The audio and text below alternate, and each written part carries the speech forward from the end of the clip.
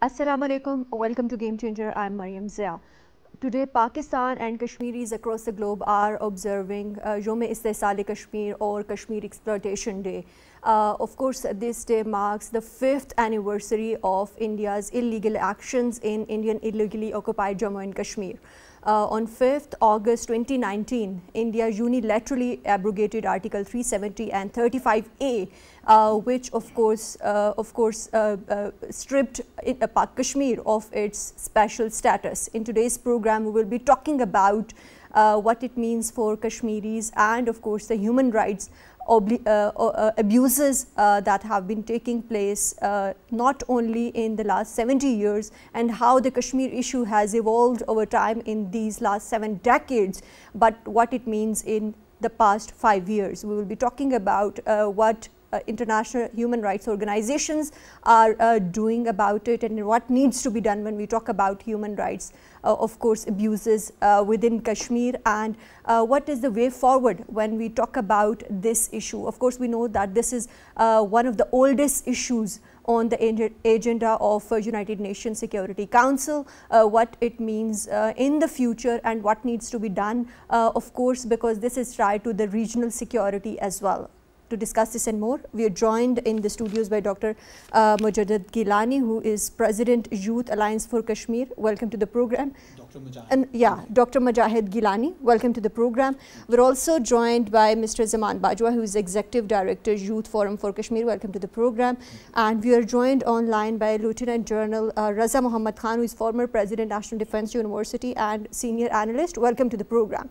Dr. Mujahid, let me start with you. When we talk about specifically from this day that Pakistan and Kashmiris across the world have been observing as, of course, Yom-e-Istisal Kashmir, what it means for Pakistan and for, of course, Kashmiris across the globe, especially when we talk about abrogation of the special status and abrogation of Article 370 and 35A. Bismillahirrahmanirrahim. Thank you, Maryam, for having me on this important and special occasion. First of all, what I would like to mention is the 5th of August 2019 commemorates, in fact, marks a very black and dark day in the history of Jammu and Kashmir. Whenever we talk about conflicts, we must understand the genesis or the conception of the conflict itself. As far as Jammu and Kashmir is concerned, the conflict started back in 1947, but 2019 somehow strengthens the illegal actions of India. Back in 1947, it was an illegal occupation, and now in 2019, an illegal annexation of the state of Jammu and Kashmir to the Indian Dominion. And after that, particularly 5th of August 2019, we have seen legal onslaughts carried out by the Indian authorities on the Union territory of Jammu and Kashmir. This is a documented history or a documented part. When we turn the pages of history over the 5 years, we see nothing but essentially gross human rights violations. We see organized war crimes, and we see the economic debacle of the Indian illegally occupied Jammu and Kashmir. For a Kashmiri, the Articles 35A and 370 really don't mean much because we don't consider ourselves as Indian minorities. We don't see ourselves begging for whatever our rights may be under the Indian Constitution, but rather every Kashmiri stands for a free, impartial and just right of self-determination. Right. And Zaman, of course, same question to you. In your opinion, what is significance of Yom-e-Istisal Kashmir?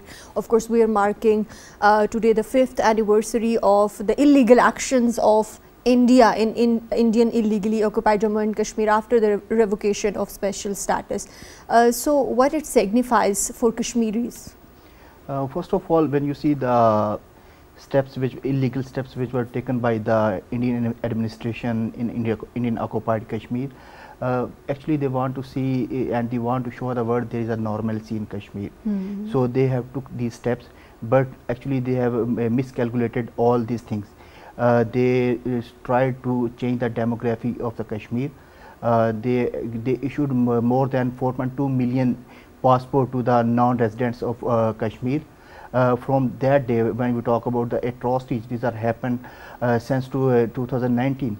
More than 25,000 people got arrested, and including the 4,000 political leaders and human rights activists or after this siege.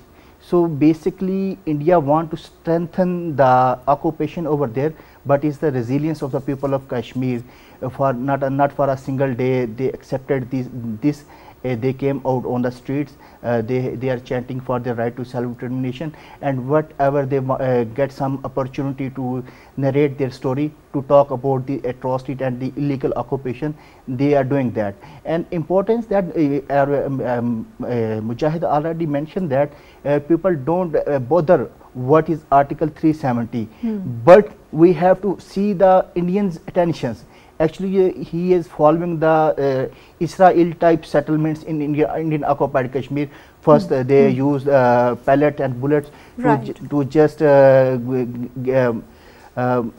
put the pressure under the pressure of the youth of the Kashmir. Right. Of course, we will be talking about in depth what Article 370 and 35A signifies for Kashmiris and what these articles stand for. But let me take the same question to General Saab. General Raza, when we talk about Jom-e-Istisal Kashmir, and it's been 5 years now since, of course, August 5th, 2019, when we talk about India's illegal action, and of course India is also planning now elections in Indian illegally occupied Jammu and Kashmir. So what's your take on all this? Of course, the happenings that have been taking place and the human right abuses when we talk about Indian illegally occupied Jammu and Kashmir. Okay, Bismillah ar-Rahman ar-Rahim. Can you hear me? Yes, loud and clear. All right. Article 370 and 35A and others, they were actually promulgated in India in 1952 because there was a lot of pressure on the then government of India, particularly Mr. Nehru, from the international community to act upon the United Nations Security Council resolutions on Kashmir. Again, Nehru contacted the then Prime Minister of Pakistan, Mr. Liaquat Ali Khan, and promised him that pending action or implementation of the UN resolution, a special status will be given to Kashmir, wherein they will have their own flag and their own assembly, and they will decide about their affairs by themselves.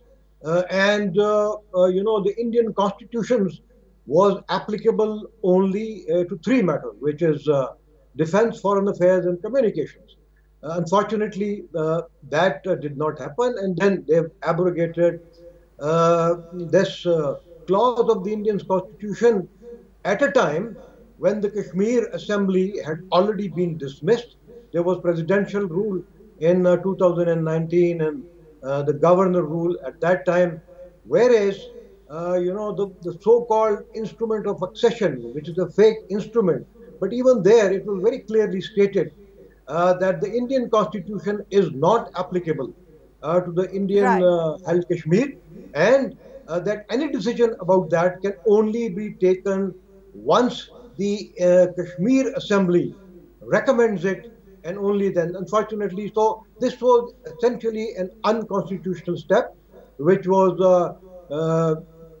ratified by the Indian Supreme Court to give political advantage to again Modi government at the time. And of course, we know that the reasons for which it was promulgated, which was peace and security and development and other things, none of them has come to Kashmir. On the contrary, the situation in Kashmir has been further complicated because China is now part of the problem, and of course it is now an active sort of a member in addition to Pakistan, Kashmiris, and it is no more an issue, an internal issue of Kashmir, but according to CNN, it is now one of the biggest flashpoint in Asia, which involves 3 nuclear powers, which are known to all of us. Right. Very important, of course, points raised by General Raza, and of course you told us about the history of the conflict as well. But let's talk about, like you earlier alluded to as well, the genesis of this conflict is very important, of this issue is very important for the audiences to understand, because of course India is trying to of course propagate normalcy in Indian illegally occupied Jammu and Kashmir. So tell us, Dr. Mujahid, how Kashmir issue has evolved over time in the past 7 decades, especially on the UN agenda. Well, when we talk about the United Nations in particular, we must understand that back in 1947, over the 10 years from 1947 to 1957, the question of Kashmir was raised in the United Nations very frequently. And that is where we got our solution from the movers and shakers of the world. And that solution was a free, impartial and unbiased plebiscite. That is the will of the people of Jammu and Kashmir, whatever they decide, either in favor of Pakistan or India. But unfortunately, as we move ahead over the decades and over the years, we see that India has been very obstinate about giving to what exactly and actually belonged to the Kashmiris. Pakistan, on the other hand, was always ready to give whatever concessions even India demanded to hold a plebiscite that was very much intrinsic to the people of Jammu and Kashmir. When we talk about the 90s era, that is when the people of Jammu and Kashmir in fact demanded the right of self-determination by using the barrel of the gun from India, which was very much backed by the United Nations resolutions, I must say. That is where unfortunately India started labeling the people of Jammu and Kashmir as terrorists. Today in 2024, as Zaman just narrated and mentioned, the number of people, the number of Kashmiris that are behind bars in the Indian jails in particular are dabbed as terrorists, be it Yasin Malik, be it Sayyida Asya Andrabi, Masrat Alam Bud, Shabir Shah. These are the people who actually represent the wishes and aspirations of the people of Jammu and Kashmir. Right. And of course, when we talk about these human rights abuses in Indian illegally occupied Jammu and Kashmir, especially when we talk about 2019 actions of India, can you describe those actions, and since then, how these actions have evolved, Zaman? When we talk about the atrocities which are happened after the 2019, more than 900 people got martyred after these agitations and after these protests, which were killed by the Indian security forces. More than 123 women were raped by the Indian forces, and more than 70 women got widows. After these are just figures after the 2019, and when we talk about these horrifying figures and horrifying, of course, human rights abuses, and still, of course, India is portraying the picture that everything is normal in the valley and of course the surrounding areas and the region, and they are of course trying to make the demographic changes. What do you make of all this, and what's the way forward? India is trying to do a propaganda that everything is normal over here, but there is nothing is normal in Kashmir. Right now. But Zaman, what about the elections that they are of course planning to conduct as per the orders of Indian Supreme Court in September? Do you see that happening? In my point of view, there is no use of these elections. When you see the earlier elections of the Modi was not able to just present their representative in the elections, and the people who are the pro Indian government and pro Indian political system, they lost the elections. Engineer Ghulam Nabi won the election, and he was behind the bar from because of their political stance. He was pro-Pakistan. He was talking about the right to self-determination. So they are trying to just put a fake narrative that there will be elections over there and everything will be done by the people of Kashmir. When you see the realities, they are talking about the development. They are talking about that we are bringing investment over here in Kashmir. But when you see the realities, there is no development after such actions. Even the political people of the India, They are just criticizing the Modi regime, Modi government about his illegal actions of 2019, and even right now people are just banned to go outside. And there few days back there was a yatra over there in Kashmir, and during that there was a curfew like situation.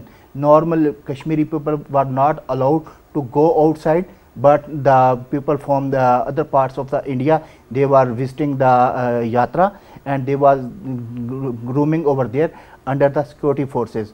So they are trying to do propaganda by different media outlets. But actually, when we talk about their propaganda, Disinfo Lab, they showed their real face, that how the Indian government is doing a fake propaganda against Pakistan and trying to show the normalcy in Indian occupied Kashmir.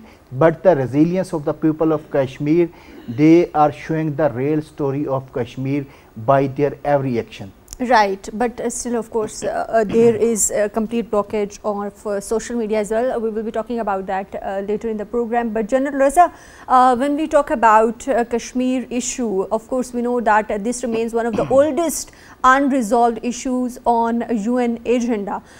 In your opinion, what are some of the major turning points when we talk about Kashmir conflict in the past? Okay, so far I think we've been talking about the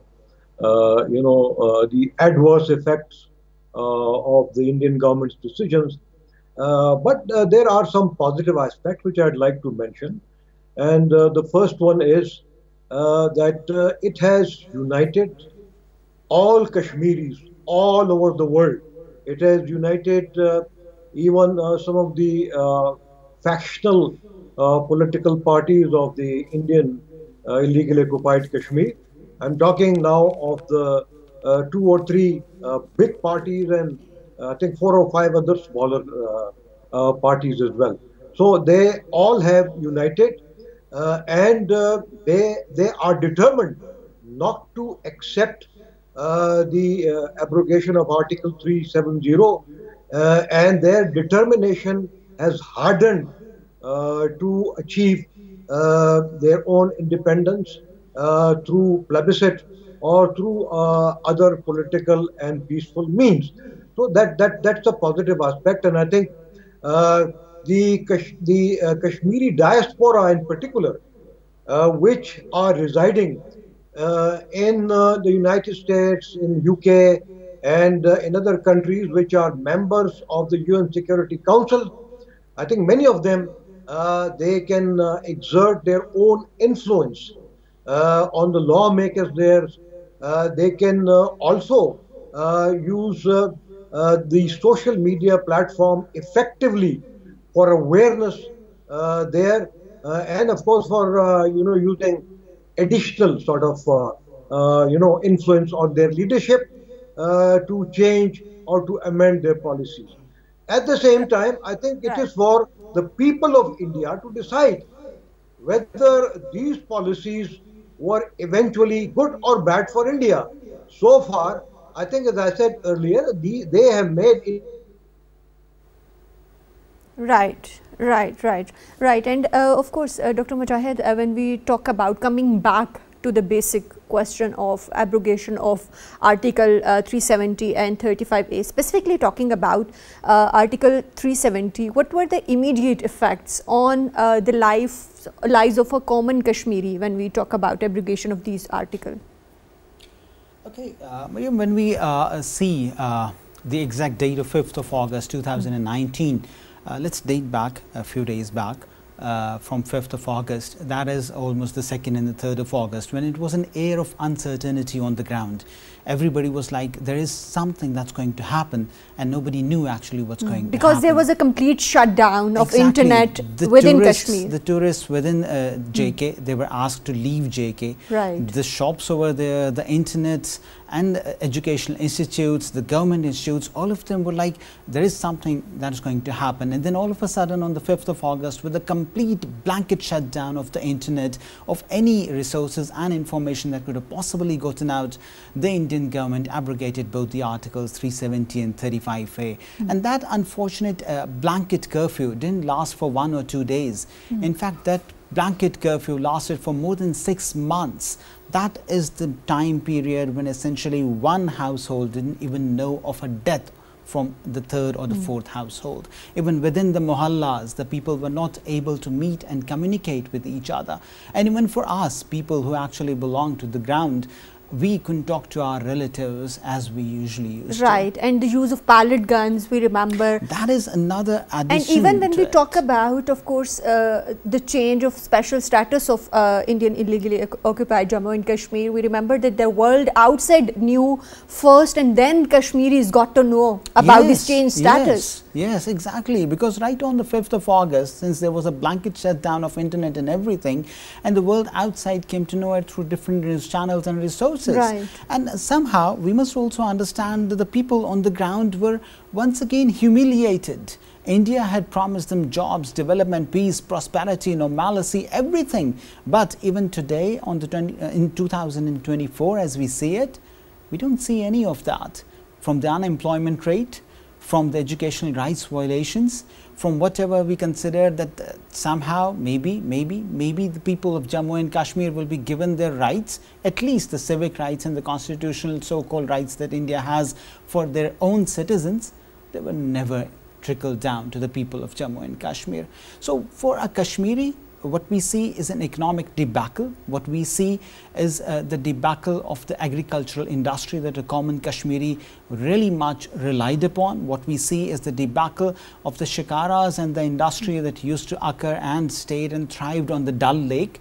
Unfortunately, all of that has gone down the drain. And further, of course, degradation of the status of Indian illegally occupied Jammu and Kashmir. Legal onslaught, legal terrorism. From the Delimitation Act, what we see that India has essentially paved the way somehow a little bit for the victory of BJP, for getting a Hindu chief minister in the area. Even now, when we talk about the decision of Supreme Court to hold elections in the Union Territory and to somehow, if possible for them, to return the statehood to the people I want you to elaborate a bit more about, of course, a Delimitation Act that was conducted in 2022. Yes. What is its significance and how this is going to be, of course, is it going to be affecting the demography of Indian illegally occupied Jammu and Kashmir and Ladakh as well? And how the voters in those areas are going to be affected?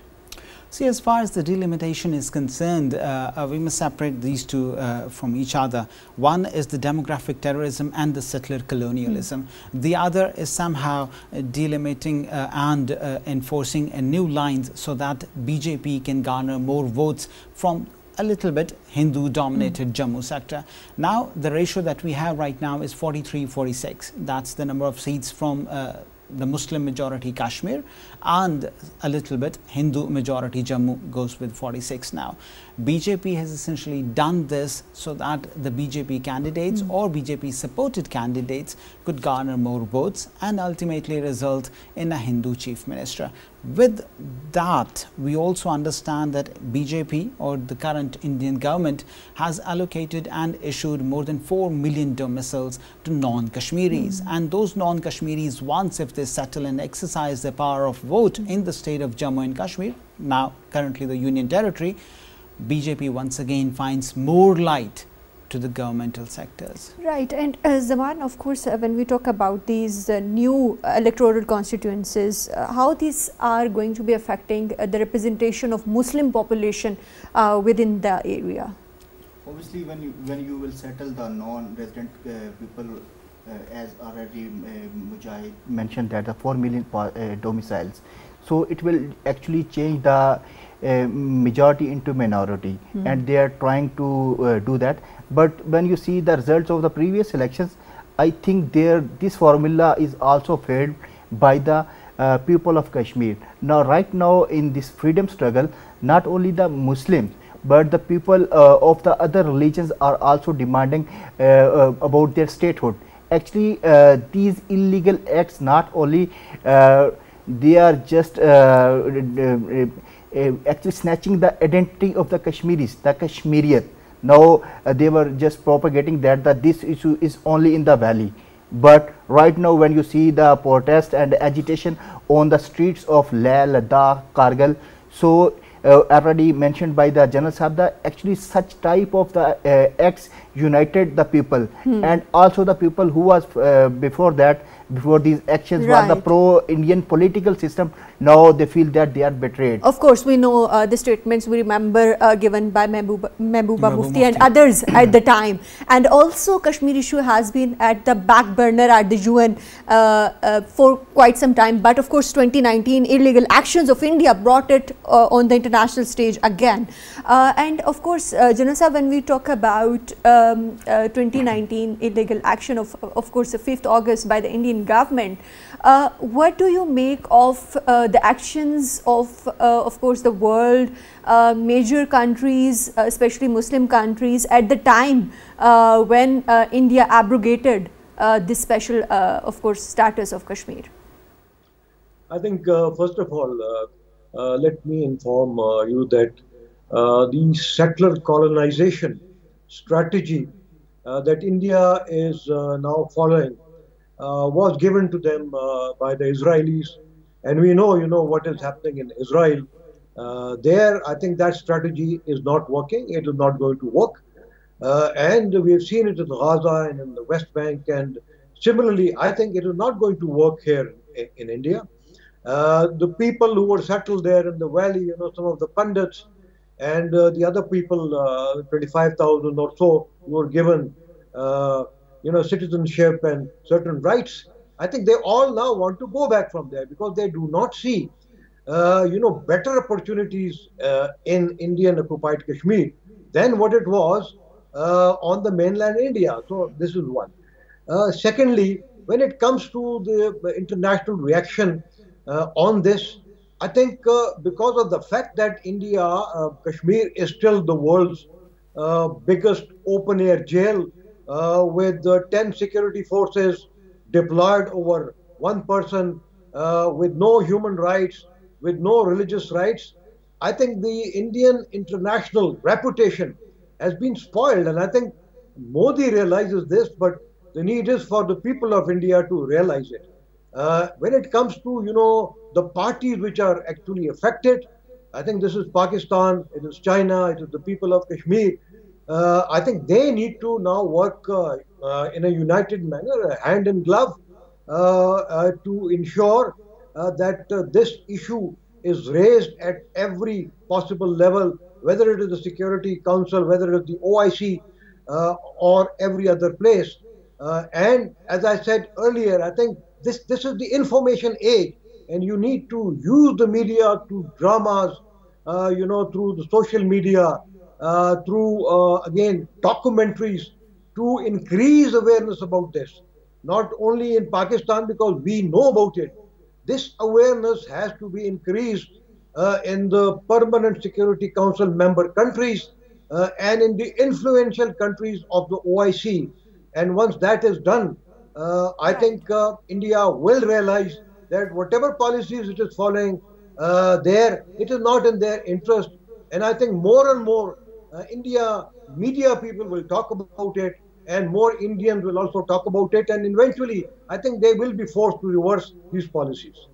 Right, right. This is very important, Dr. Mujahid, to raise the issues at different forums. But like I asked General Sahab earlier, how do you see the actions of course, countries within the major regional powers, as well as, of course, Muslim countries, when we talk about actions of 5th August 2019?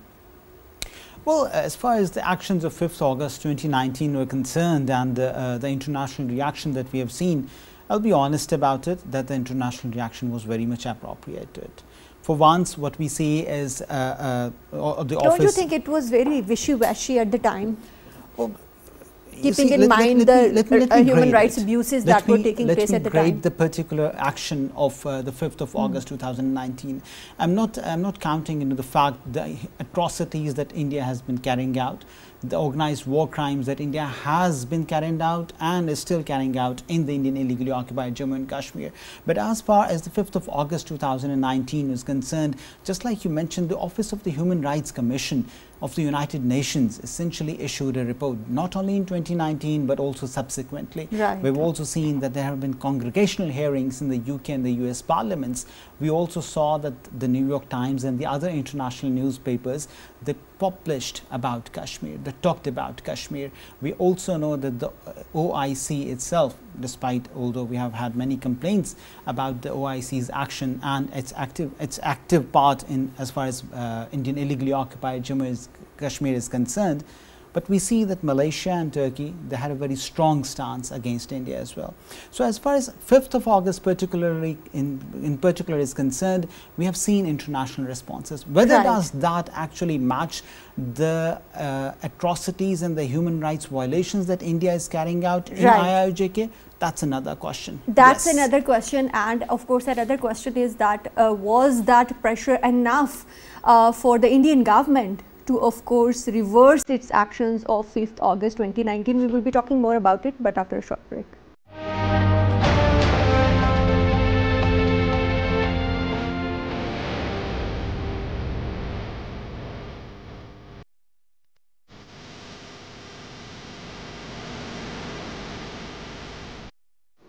Welcome back. Of course, we are discussing Kashmir and of course the illegal actions of India on 5th of August 2019, and when we talk about these illegal actions, of course we were discussing about the international pressure and how and why and what needs to be done when we talk about, of course, the human rights abuses and what kind of pressure is needed by international organizations to be put on Indian government to actually consider that international pressure. Well, one is what has been done, and the second is what could be done. As far as the international pressure on India is concerned, vis-a-vis Indian illegally occupied Jammu and Kashmir, I've always promulgated, and it's not just me, it's been several other important figures as well. What we promulgate is BDS for India, that is boycott, divestment and sanctions. It's not only the OIC that can do it, it's essentially any smaller country of the world as well. We must understand that the economic interests of the world, of India as well, they're connected and intertied. But we must also understand that human rights, a human life, is far above any economic interests. So for today, if there is anything that the International Committee can do for the people of Jammu and Kashmir, it's for once putting the pressure on India through BDS. Number two, by hearing out Kashmiri stories. What is going on actually on the ground? Not the normalcy and the facade of normalcy that India has been showing to the world. And third, most importantly, getting the Kashmiris back onto the main driving seat, listening to them, and eventually a free, impartial and unbiased plebiscite according to the United Nations Right, and when we talk about listening to the stories of Kashmiris within the region, Zaman, it is very important. But at the same time, we know about the blackout and complete shutdown of communication within the region. What kind of pressure is needed regarding that, and also how it has impacted, this complete shutdown of communication has impacted the socio-political environment of the region? When we talk about the resilience of the people of Kashmir and to narrate their story to the world, we can see that when there was a communication lockdown after 2019 situation, and there was a communication lockdown because of COVID as well. But the journalists like the Fahad Shah, Sana Matu, she was the Pulitzer's award winner, and as well as the Asif, they came out. They just put their cameras, they wrote the stories, and they go out from the territory of Kashmir where there was the signals were available, and they told the world what is happening over here in Kashmir. So all the communication, all the propaganda, all the atrocities done by the Indian forces, they can't stop the people of Kashmir to tell their story to the world.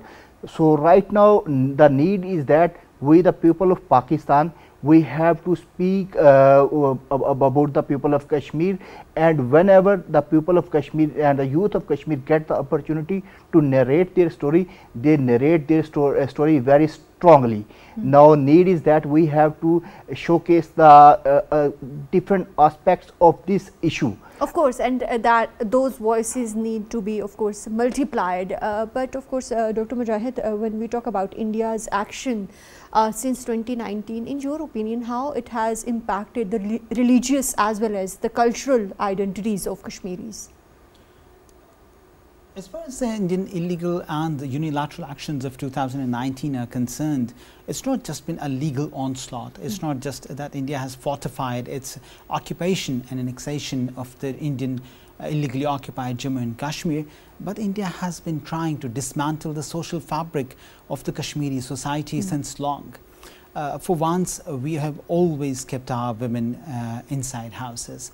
We have always kept our women in a safer place for once. But India has always tried and has been trying post 2019 for the commodification of women. As far as if we consider the G20 summit for once, if we consider the doctrined and engineered envoys that were called in from Europe and they were made to visit different areas of Indian illegally occupied Jammu and Kashmir, India somehow has been dismantling the social and religious fabric of the occupied territory. And then when we talk about Ramadan, the holy month of Ramadan, when we talk about particularly the night of 27th, Shab-e-Qadr, or the congregation as in Taraweeh, or when we talk about our Shiite brothers, the religious rallies that they carry out in the first particular 10 days of Muharram, and then we talk about the congregation that is usually held on the Eid days, the Eid Namaz itself, and then the holy prayer on the Jummah day, the Friday Salah. None of these are carried out in the Indian illegally occupied Jammu and Kashmir. We see a huge big lock on the main Jamia Masjid of Srinagar. We have seen these religious curbs on the people of Jammu and Kashmir. We have seen that India has restricted their voices, not only as far as the demand for freedom is concerned, but it's been also a curb on the religious, the cultural, the educational, the health rights. Each and every dimension and aspect of a Kashmiri life on the ground is oppressed. Of course, that is oppressed. Thank you very much, Dr. Mujahid Gilani, for joining us in today's program. Thank you very much, Mr. Zaman Bajwa, for joining us in today's program. Thank you very much, Lieutenant General Raza Mohammed, for joining us in today's program. Of course, the international community, Pakistan, and of course, international human rights organizations need to keep, of course, raising their voices against the abuses that are taking place in, of course, Indian illegally occupied Jammu and Kashmir. That's all from Game Changer tonight. Take care. Allah Hafiz.